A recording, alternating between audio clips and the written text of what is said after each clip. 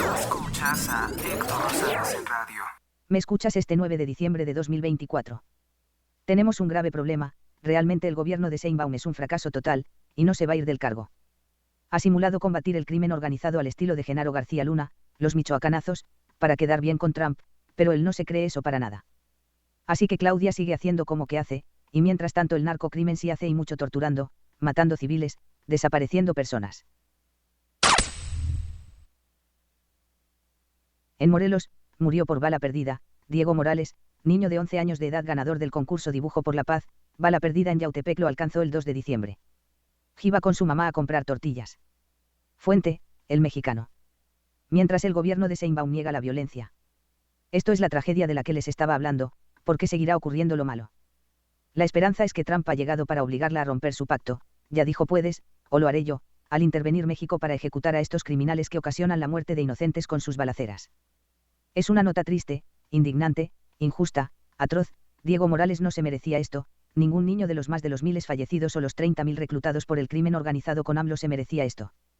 Me indigna la facilidad del fraude con que llegan al poder y defraudan. Decían tener todas las soluciones, exigían que los que no las tenían renunciaran, pero hoy queda más que probado que no tenían las soluciones y que su destrucción de las instituciones es únicamente por tener el poder que ya lo tienen, y ahora retenerlo a todo costo, sin importar qué es lo que esté pasando a los civiles inocentes como Diego de 11 años, que en paz descanse. La infancia de México severamente dañada por López Obrador. Causa en Común denunció que el crimen organizado reclutó a más de 30.000 niños. Hoy la Gaceta UNAM nos da a conocer que México es el tercer lugar con más niños asesinados, solo nos supera Gaza y Siria, que son países en guerra. Gaza, de hecho, Amnistía Internacional dice que es un país donde Israel comete un genocidio. En México el genocidio es por Morena y por mexicanos. Nadie tiene datos correctos de cuántos niños se han asesinado por el gobierno de AMLO. Pero se sospecha que son miles, así como miles son llevados por el crimen organizado, tanto por la fuerza como voluntariamente. Al menos 2.734 niños han sido detenidos por usar armas de fuego. Tanto niños como niñas. Sheinbaum solo comete tropiezos, pues en el pasado declaró que el reclutamiento de universitarios por criminales para hacer fentanilo es la serie de televisión Breaking Bad, para decir que era mentira, cuando son datos oficiales de la Sedena citados por el New York Times. México, se hallaron graves irregularidades en el registro de supuestos candidatos a ser jueces, magistrados y ministros de la Suprema Corte de Justicia de la Nación. Había nombres falsos, nombres repetidos, o palabras incoherentes en la celda que debía contener un nombre. Esto es grave, porque Sheinbaum había dicho que habían fracasado, quienes han denunciado que la elección de jueces es un error. Ocurrió que antes del fin de semana no había suficientes candidatos, y después aparecieron muchos de forma anormal. Ahora se revela que no eran auténticos y que muchos son falsos. Así va una narcoelección de jueces para 2025 que será un desastre porque esto no se hace en ninguna otra parte del mundo, es una burla ofensiva. Importante, voy a exponer cómo la élite del narco tiene a sus productores de narcoseries o policías. La periodista Elena Chávez comentó que Epigmenio Ibarra fue a visitar al superpolicía supernarco Genaro García Luna, director de la desaparecida AFI, Agencia Federal de Investigación. Epigmenio Ibarra, narcoproductor de series, que le hacía los comerciales políticos de Camapaña y gobierno a Carlos Salinas de Gortari. El mismo Epigmenio Ibarra que ahora trabaja para Morena. El motivo de su visita en 2005 fue para proponerle a Genaro García Luna hacer una serie de policías, para que la gente idolatrara a Genaro García Luna. Elena Chávez dice que finalmente la serie no se hizo porque sería muy costosa, un proyecto muy ambicioso se propuso el guatemalteco Epigmenio Ibarra siguiendo lo que hace el FBI, y en Estados Unidos con sus series de policías, cuando en la vida real no son héroes, sino la fuerza de ataque del sistema. Elena Chávez citó a Raimundo Urriba Palacio, quien dice tener evidencia de esta reunión en 2005. Pero lo que no sabe Elena Chávez ni Riva Palacio, o a lo mejor lo omiten, es que Genaro García Luna sí hizo su serie de televisión con Televisa. Se llamó El Equipo, antes El Greco, en 2011, esta serie que fue muy criticada por la red de medios de izquierda a favor de Morena en ese entonces como Proceso o Aristegui Noticias, se criticó que usaran equipo real de la policía, camionetas de la AFI, etc. También que si ofrecían una visión distorsionada de lo que hace la policía con Genaro García Luna, el Omar García Arfuch de ese entonces, seguramente. Pero ahora se quiere ocultar quiénes fueron los contratados para realizarla. Ciertamente no fue narcoproductor de series Epigmenio Ibarra, fue Pedro Torres. Pero si revisas el registro completo de los créditos. Dice, cita textual, la serie ha sido escrita por Luis Felipe Ibarra, hermano de Epigmenio Ibarra, con una larga trayectoria como escritor. Luis Felipe es también el productor ejecutivo. La producción es de Iván Aranda y la dirección recae en Chava Cartas y Carlos García Agraz, todos ellos con experiencia en la realización de mujeres asesinas. Esta serie, por cierto, también muy exitosa y violenta, patrocinada principalmente por la empresa Nestlé, una especie de radios de la corporación AT&T, que fueron muy famosos en el mundo de negocios antes de la aparición de WhatsApp 2014. La serie es protagonizada por Poncho Herrera, ex RDB, donde también estaba Anaí ligada a la política también, una de las figuras actuales más cotizadas en México. Irá por el Canal 5 de Televisa en su horario primetime a partir de septiembre de este año, 2011, entonces nos informaba esta revista. Pedro también informó a Produ que estaban negociando los libros de una serie argentina, Los muertos de mi Placardo, que en paz descanse, y la mudanza que hizo de sus tradicionales oficinas de Cerrada de Bezares para el centro comercial de Las Lomas en el DF, con un nuevo concepto de empresa al que ha llamado el Mall. Fin de cita. Así que aquí está la respuesta. Sí, la familia de Epigmenio Ibarra, sí tuvieron contacto con Genaro García Luna, detenido por narcotráfico en Estados Unidos, el de los shows espectaculares de detenciones de narcos, que eran pura simulación. Ese mismo Epigmenio que hizo vídeos absurdos para promocionar un fracasado aeropuerto de Zumpango, o un supuesto documental del narcopresidente, narcotirano indiferente a todo, donde se fue caer en plena inauguración. El mismo Ibarra que rinde culto a los zares de grupos criminales, mitifica y presenta como personas brillantes en sus series acaso transmitidas por el Canal 9 de Televisa. De él fue la idea de hacer una serie charlatana como El equipo de 2011, tratando de hacer propaganda al estilo del FBI. Una más por la que Morena ya no puede rasgarse las vestiduras, ni decirse superior al gobierno del expresidente Felipe Calderón, quien junto con AMLO, López Obrador y Peña Nieto, están en una larga lista de personas que podrían ser enjuiciadas por crímenes contra la humanidad en la Corte Penal Internacional. Esto nos va aclarando muchas cosas. Porque particularmente me aborrece Epigmenio Ibarra y su hija feminista Erendira Ibarra, que se hila romper cosas encapuchada los 8 de marzo y que con corrupción apareció en la fracasada Matrix Resurrecciones. Son gente siempre trepadora, oportunista, que se venden al mejor postor, en ese tiempo Genaro García Luna, hoy Claudia Sheinbaum. Y sigue Epigmenio Ibarra sin pagar los millones que le dio López Obrador el Banco Bancomest, 150 millones de pesos.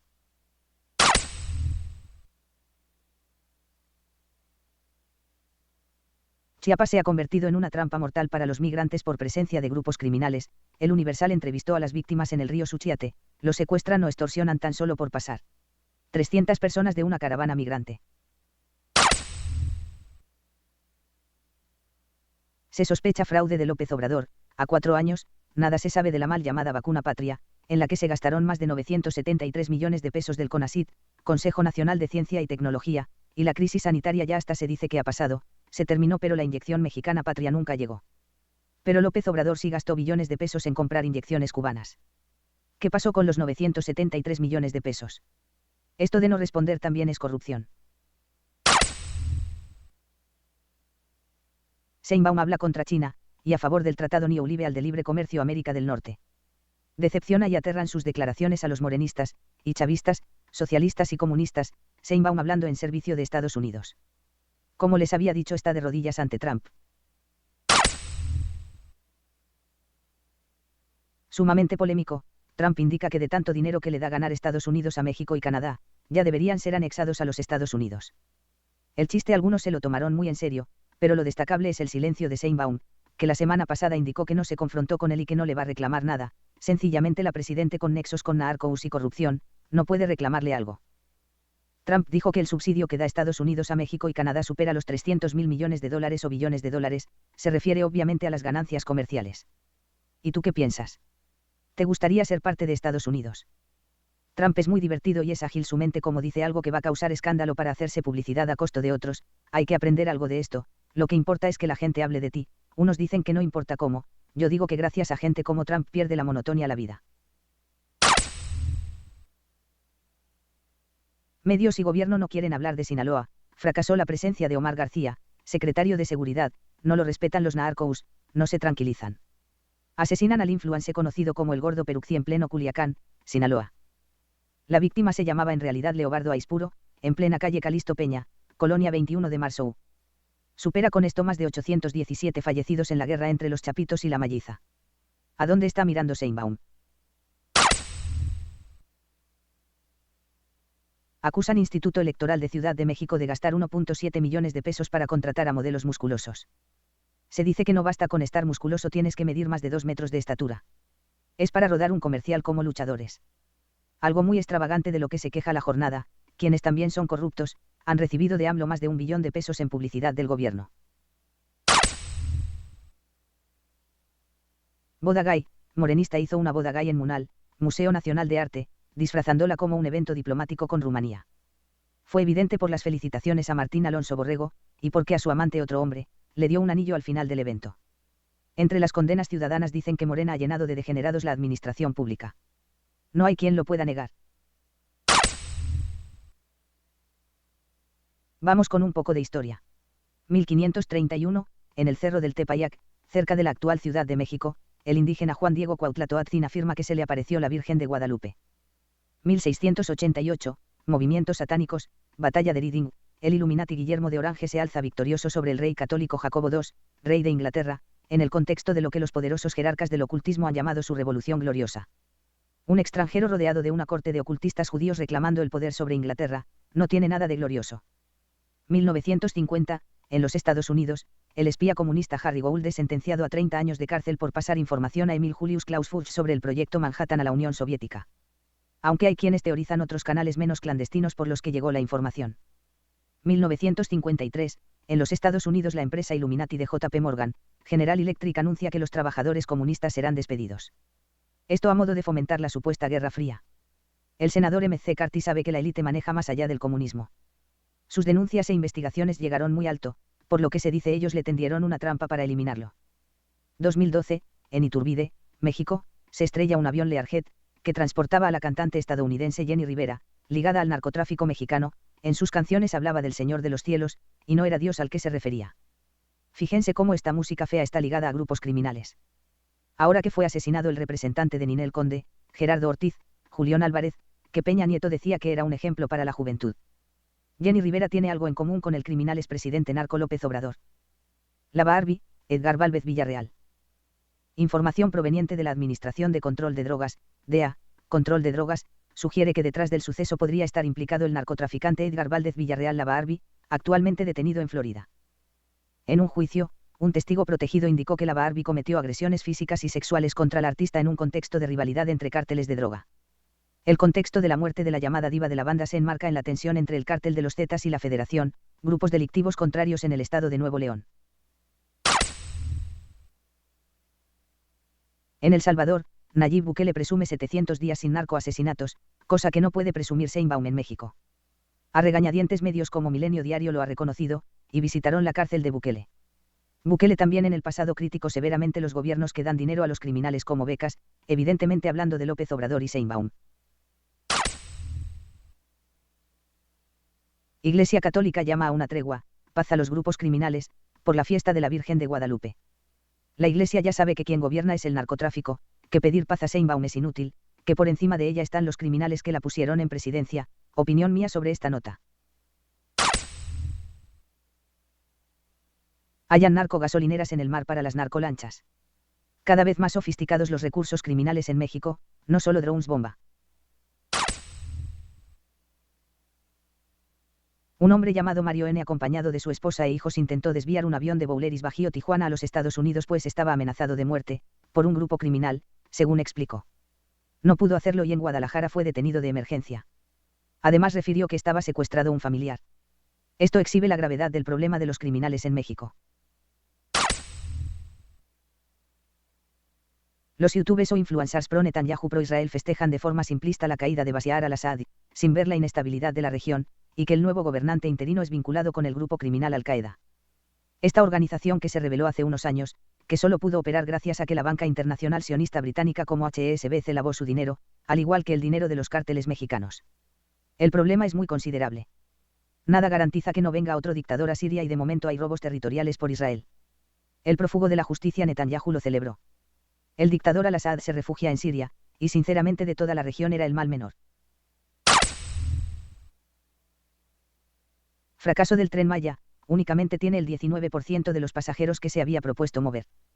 La obra no está terminada, en el presupuesto de 2025 se le asignan otros 40.847 millones de pesos, para transporte de carga. La obra costó inicialmente más de 515.000 millones de pesos. Nuevamente los medios no han querido destacar el hecho de que el ejército mexicano compró diésel robado y adulterado para las obras del tramo 7, que incluso descompusieron la maquinaria pesada. Esa información al reveló Latinus incluso con audios filtrados. Toma posesión Ramírez en Chiapas del partido Morena.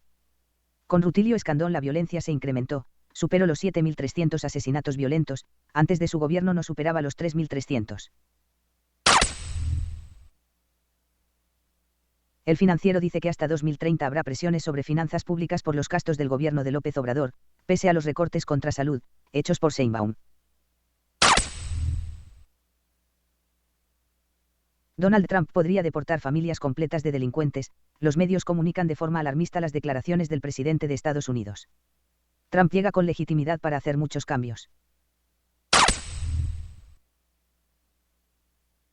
Biden festeja montaje del decomiso de fentanilo, para que no se piense que Sheinbaum lo hizo por Donald Trump. Pero eso es finalmente. Sheinbaum intenta engañar a Trump sobre que sí se combate el narco en México, pero no hay detenidos, y no se desintegran los laboratorios. HR Ratings dice que ve nubes negras en la economía de México, por bajos niveles de inversión. No explican que es por las reformas de López Obrador. El Sol de México cree que los rebeldes han liberado a los sirios, no es una buena expresión, no es una expresión que defina lo que acaba de pasar en Siria. Cayó un dictador porque le convenía así a Israel consecuencia de la guerra en Ucrania, pero no ha llegado el cambio, ni la paz. La Feria Internacional del Libro de Guadalajara, 907.000 visitantes, un éxito rotundo, España como país invitado. Aseguran que tendrá que extenderse. Gastos en salud privada con AMLO aumentaron en Michoacán más del 82%. La gente prefiere la salud privada por las deficiencias de la pública. El Universal, 33% de los ahogados en la frontera México-Estados Unidos, son mexicanos, más de 1.100 durante el gobierno de AMLO, revela TWP. La periodista mexicana Anabel Hernández presentó en la FIL su libro La historia secreta de AMLO con el cártel de Sinaloa.